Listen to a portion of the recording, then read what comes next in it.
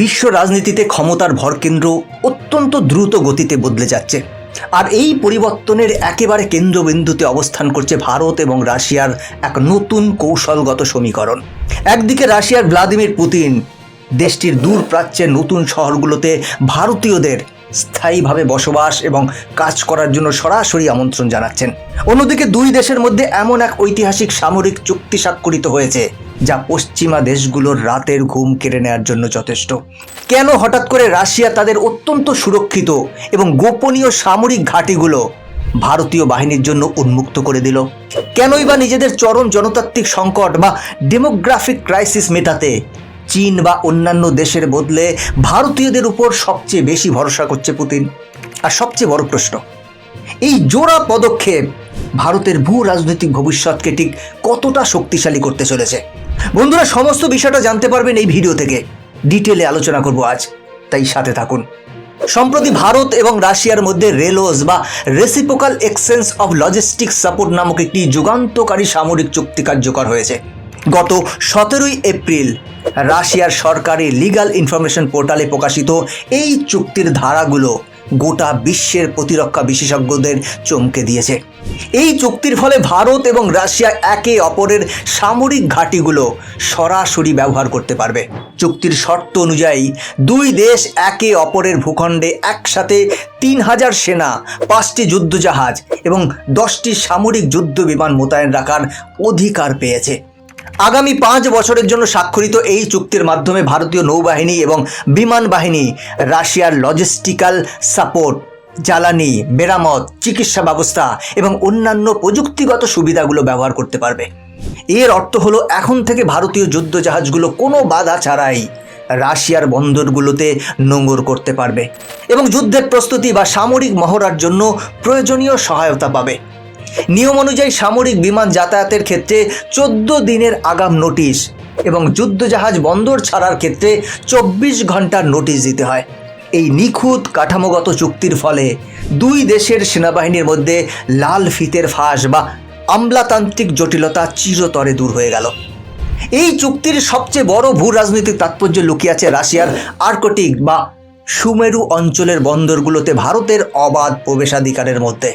জলবায়ু পরিবর্তনের কারণে আর্কটিক অঞ্চলের বরফ গলতে শুরু করেছে, যার ফলে সেখানে সম্পূর্ণ নতুন সামুদ্রিক বাণিজ্য পথ তৈরি হচ্ছে। আগামী কয়েক দশকের মধ্যে এই নর্দার্ন সি রুট বিশ্ব বাণিজ্যের সবচেয়ে গুরুত্বপূর্ণ ধমনী হয়ে উঠবে বলেই বিশেষজ্ঞরা মনে করছেন। আমেরিকা এবং চীনের মতো পরাশক্তিগুলো ইতিমধ্যেই এই অঞ্চলে নিজেদের আধিপত্য বিস্তারে লড়াইয়ে নেমেছে। এই পরিস্থিতিতে রাশিয়ার ভ্লাদিভস্টক থেকে শুরু করে মারমানস্ক পর্যন্ত বিস্তীর্ণ সামরিক এবং বাণিজ্যিক বন্দরগুলোতে ভারতের প্রবেশাধিকার এক মাস্টার স্ট্রোক।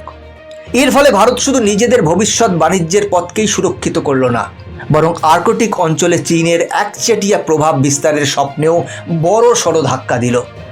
রাশিয়াও অত্যন্ত সুকৌশলে এই অঞ্চলে ভারতের উপস্থিতিকে স্বাগত জানিয়েছে, কারণ তারা কোনোভাবেই চায় না দূর প্রাচ্যে এবং আর্কটিক অঞ্চলে চীনের উপর তাদের একতরফা নির্ভরতা তৈরি হোক। ভারত এবং রাশিয়ার এই সামরিক চুক্তি পশ্চিমা দেশগুলোর জন্য একটি অত্যন্ত স্পষ্ট এবং কড়া বার্তা। আমেরিকা এবং ইউরোপীয় ইউনিয়ন গত কয়েক দশক ধরে নানাভাবে ভারতের উপর চাপ সৃষ্টি করে আসছিল, যাতে তারা রাশিয়ার দিক থেকে মুখ ফিরিয়ে নেয়। কিন্তু এই রেলোস চুক্তি প্রমাণ করে দিল যে ভারত তার নিজস্ব কৌশলগত স্বাধীনতা বা স্ট্র্যাটেজিক অটোনমি বজায় রাখতে বদ্ধপরিকর। ভারত যেমন আমেরিকার সাথে লজিস্টিক সাপোর্ট বা লেমোয়া চুক্তি স্বাক্ষর করেছে, ঠিক তেমনি রাশিয়ার সাথেও সমপর্যায়ের সামরিক সম্পর্ক বজায় রাখছে। অর্থাৎ ভারত স্পষ্ট করে বুঝিয়ে দিয়েছে যে তারা কোনো নির্দিষ্ট ব্লকের হাতের পুতুল নয়। বন্ধুরা, এখানে একটি বিষয় মনে রাখা খুবই জরুরি। অনেকেই হয়তো ভাবতে পারেন ভারত ও রাশিয়ার এই সুসম্পর্ক কেবল সাম্প্রতিক সময়ের রাজনৈতিক সমীকরণ, কিন্তু বাস্তবে তা নয়। রাশিয়ার সাথে ভারতের এই অটুট বন্ধুত্বের ভিত মজবুত হয়েছিল শ্রীমতী ইন্দিরা গান্ধীর আমল থেকে। বিশেষ করে 1971 সালের যুদ্ধে যখন আমেরিকা, ব্রিটেন এবং চীনের মতো শক্তিগুলো ভারতের বিরুদ্ধে পাকিস্তানের হয়ে অবস্থান নিয়েছিল, তখন রাশিয়া বড় ভূমিকা পালন করে ঢাল হয়ে ভারতের পাশে দাঁড়িয়েছিল। এরপর দীর্ঘ সময়ে ভারতে বহুবার সরকার বদলেছে, বিভিন্ন রাজনৈতিক দল ক্ষমতা এসেছে, কিন্তু ইন্দিরা গান্ধী থেকে শুরু করে বর্তমানের নরেন্দ্র মোদী পর্যন্ত রাশিয়ার সাথে ভারতের এই পরীক্ষিত বন্ধুত্ব কখনোই ফিকে হয়নি। তাই পশ্চিমা দুনিয়া যতই চাপ দিক না কেন, নিজেদের এই পুরনো বন্ধুত্বকে ভারত কখনোই ছুঁড়ে ফেলবে না। রাশিয়ার প্রেসিডেন্ট ভ্লাদিমির পুতিন এখন দেশটির দূর প্রাচ্যের শহরগুলোতে ভারতীয়দের বসবাসের জন্য বিশেষ আমন্ত্রণ জানাচ্ছেন। এর পেছনের প্রধান কারণ হলো রাশিয়ার ভয়াবহ জনতাত্ত্বিক পতন বা ডেমোগ্রাফিক ক্রাইসিস। 90-এর দশক থেকেই রাশিয়ার জন্মহার আশঙ্কাজনকভাবে কমতে শুরু করেছে। রাষ্ট্রসংঘের রিপোর্ট অনুযায়ী পরিস্থিতি এতটাই ভয়াবহ যে 2100 সালের মধ্যে রাশিয়ার জনসংখ্যা প্রায় অর্ধেক হয়ে যেতে পারে। তার উপর সাম্প্রতিক যুদ্ধ, তরুণদের সামরিক বাহিনীতে যোগদান এবং দেশত্যাগের কারণে রাশিয়ায় বর্তমানে এক বিশাল কর্মীর অভাব দেখা দিয়েছে। পরিসংখ্যান বলছে 2030 সালের মধ্যে রাশিয়ার অর্থনীতিকে সচল রাখতে প্রায় 1,10,00,000 নতুন কর্মীর প্রয়োজন হবে। এই বিশাল শূন্যস্থান পূরণের জন্য রাশিয়া এখন সেন্ট্রাল এশিয়ার দেশগুলোর উপর নির্ভরতা কমিয়ে সরাসরি ভারতের দিকে ঝুঁকছে। গত বছরের শেষের দিকে ভারতের প্রধানমন্ত্রী নরেন্দ্র মোদী এবং প্রেসিডেন্ট পুতিনের মধ্যে একটি নতুন লেবার মোবিলিটি চুক্তি স্বাক্ষরিত হয়। এই চুক্তির অধীনে 2026 সালের জন্য রাশিয়া 70,000-এর বেশি ভারতীয় কর্মীর জন্য কোটা নির্ধারণ করেছে। মাথায় রাখতে হবে 2021 সালে যেখানে মাত্র 5,000 ভারতীয় রাশিয়ায় কাজের সুযোগ পেতেন, সেখানে আজ এই সংখ্যা বহু গুণ বৃদ্ধি পেয়েছে। ইতিমধ্যেই হাজার হাজার ভারতীয় মস্কো এবং সেন্ট পিটার্সবার্গের মতো বড় শহরগুলোর পাশাপাশি রাশিয়ার দূর প্রাচ্যের শহরগুলো যেমন ভ্লাদিভস্টক এবং সখালিন দ্বীপে পাড়ি জমাচ্ছে। রাস্তা থেকে বরফ পরিষ্কার করা, বড় বড় নির্মাণ কাজ সামলানো থেকে শুরু করে রেস্তোরাঁ, শিপইয়ার্ড, শিল্প কারখানা এবং অন্যান্য লজিস্টিক্যাল কাজে ভারতীয়রা এখন রাশিয়ার অর্থনীতির এক অবিচ্ছেদ্য অংশ হয়ে উঠেছে। রাশিয়ার নিয়োগকর্তারা ভারতীয়দের কাজের প্রতি নিষ্ঠা, শারীরিক সক্ষমতা, নিয়মানুবর্তিতা এবং ইংরেজি ভাষায় দক্ষতার কারণে তাদের অত্যন্ত পছন্দ করেন। প্রশ্ন হলো, চীন বা অন্যান্য দেশের বিশাল জনসংখ্যা থাকতেও পুতিন কেন ভারতীয়দের নিজেদের নতুন শহরগুলোতে বসতি স্থাপনের জন্য বেছে নিচ্ছেন? বন্ধুরা, এর উত্তর লুকিয়ে আছে দুই দেশের দীর্ঘ কয়েক দশকের পরীক্ষিত বন্ধুত্ব এবং ভূ রাজনৈতিক বাস্তবতার মধ্যে। রাশিয়া খুব ভালো করেই জানে যে ভারতের কোনো সম্প্রসারবাদী নীতি নেই।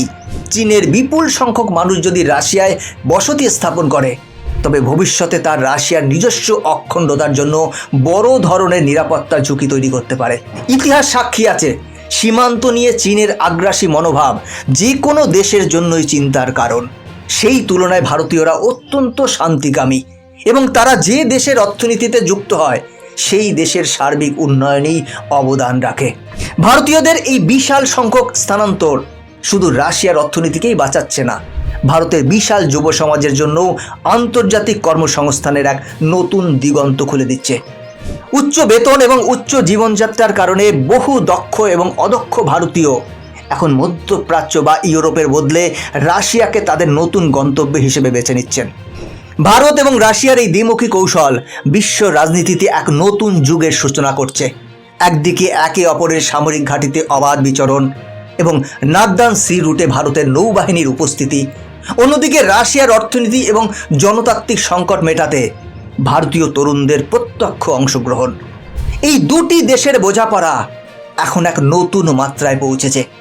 পশ্চিমা দুনিয়ার রক্তচক্ষুকে উপেক্ষা করে ভারত যেখানে নিজেদের ভূ রাজনৈতিক এবং অর্থনৈতিক স্বার্থ আদায় করে নিচ্ছে, তা স্বাধীন ভারতের কূটনৈতিক ইতিহাসে সত্যি এক অনন্য নজির। এই গোটা পরিস্থিতি আগামী দিনে বিশ্ব রাজনীতির ভারসাম্যকে পুরোপুরি বদলে দিতে পারে। রাশিয়ার এই বিশাল শ্রমবাজারে ভারতীয়দের প্রবেশ এবং আর্কটিক অঞ্চলে ভারতের সামরিক আধিপত্য বিস্তারের এই কৌশলকে আপনি কিভাবে দেখছেন? রাশিয়ার দূরপ্রাচ্যে ভারতীয়দের এই স্থায়ী বসতি স্থাপন কি ভবিষ্যতে বিশ্ব মঞ্চে ভারতকে আরও শক্তিশালী করে তুলবে? আপনাদের মূল্যবান মতামত অবশ্যই কমেন্ট করে জানান। বন্ধুরা, আজকের ভিডিও এখানেই শেষ করছি। এরকমই ইনফরমেটিভ ভিডিও দেখার জন্য চ্যানেলটিকে সাবস্ক্রাইব করে বেল আইকনটি প্রেস করে রাখুন। দেখা হচ্ছে পরবর্তী ভিডিওতে। ভালো থাকবেন, সাথে থাকবেন।